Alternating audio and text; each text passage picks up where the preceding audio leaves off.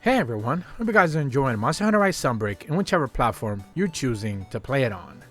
And today we're going to be going over the fact that Capcom decided to drop one of those event quests that players had been waiting for quite a while, as we're just pretty much 3 weeks, including this week, away from pretty much the final event quest, where pretty much all the downloadable DLC content for Sunbreak will dry up.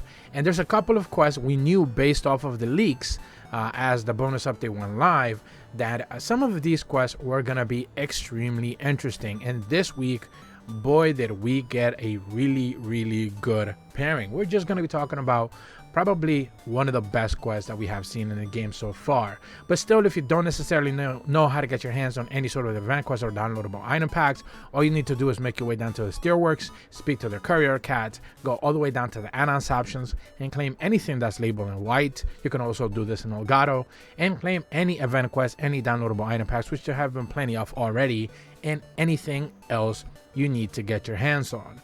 One of those things will be a hunting master rank 6-star quest called Garangom. It essentially is a hazard quest that puts you up against a Garangom in the Forlorn Arena.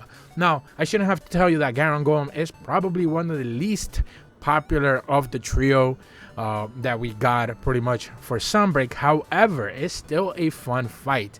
And this one, because it is a hazard quest, because it's a higher difficulty quest, and not only on top of that is a massive big crown reward quest, boy does it pay off. I had a blast doing this quest, and I already saw the reactions on social media. People are very excited to be able to get their hands on this very quest. Now, as far as the quest is concerned, because it is a hazard quest, once again, yes, Garangom does have a couple of new combinations, if you will, a couple of new attacks, not necessarily anything too out of the ordinary, but we'll be covering those in a second.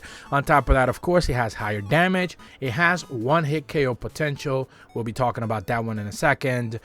It also has higher resistances, and it has a truckload of health. So this one is not going to be your typical Garangom quest where, it usually goes down relatively quickly. You will be able to, have to dish out a decent amount of damage to be able to take this one down. At the same time, though, because this is a relatively big crown monster, the weak areas or exploitable zones that it has, pretty much the arms and the tail and maybe the head, depending on your weapon, you are going to be able to kind of abuse those to no end. That is one of the biggest criticisms you'll see of Garangom, is that pretty much the weapons, the hands are so big that her weapon is pretty much going to be able to abuse his weaknesses relatively well.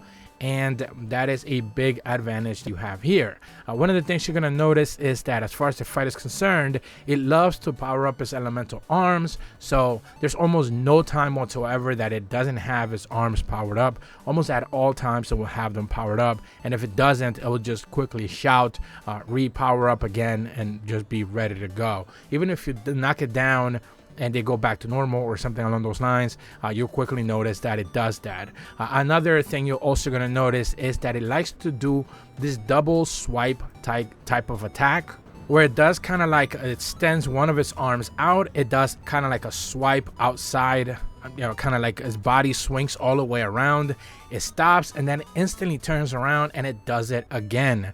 That thing will combo you. That thing will most likely kill you if you get hit by it twice. Another thing you'll also notice is that it loves to pick up rocks and toss them around. The normal one, of course, does that already, but this one does throw, because again, the size of it, rocks are way bigger, so they have a much bigger area of damage in which they'll be able to hit.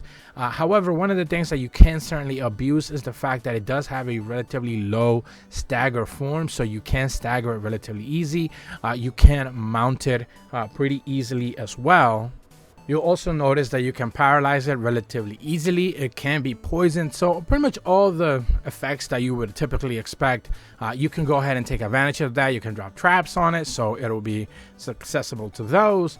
So again, you can certainly find many ways to maim its attacks a little bit and make it kind of like loaf around a little bit. But once it does kind of get going, you certainly want to be able to pay attention to it, and that is because it has this double jump attack. Now the normal version already did that, but this time around the launch period, in order for it to be able to launch, is relatively low. It just kind of gets onto stance and instantly jumps upward, and then once it lands, it readjusts and does another pounce attack as well.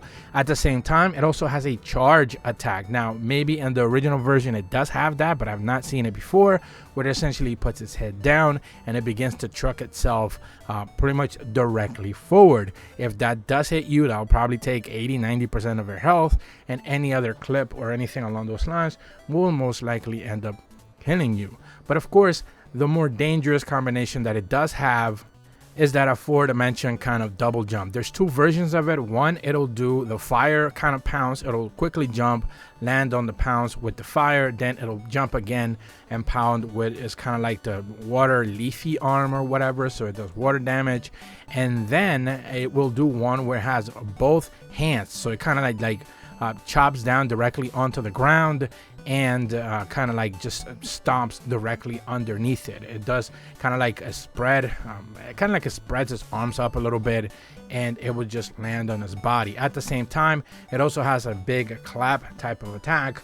That one can actually do pretty massive damage if it does manage to grab you, but of course it has to be able to grab you in order to be able to do that. So some of the attacks are a little bit faster combinations of what previous attacks are, except that double jump one where pretty much it does it now fire first, water second, where previously I believe it just did fire and then it would just kind of wait, readjust, and then maybe eventually it could do the water one, but it never comboed them together. Now it does. The charge one is also something that I haven't necessarily seen before, but of course, you know, at the end of the day, as long as you keep avoiding those attacks, they should not be that much of a problem.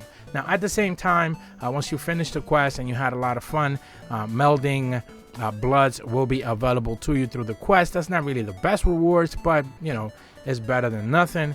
You also have some Golem thick juice, which is probably the best title for a broken body part that you've ever had in Monster Hunter history. Bodily fluids is the epitome of Garon Golem, causing quick growing moss and explosions. So Golem thick juice is something that you'll probably end up getting plenty of as you are doing this quest.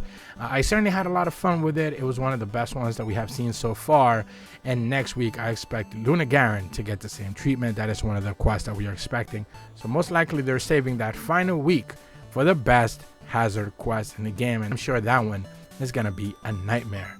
Stay tuned for one of my next upcoming videos where I'll be talking about the other quests, because I want to talk about just how awesome that quest is as well. I'm very excited with what they have been doing with quests so far the past few weeks. But if you're brand new to my channel, be sure to leave a like and subscribe, hit the bell to receive notifications when the videos go up, and as always, thank you so much for watching. See ya.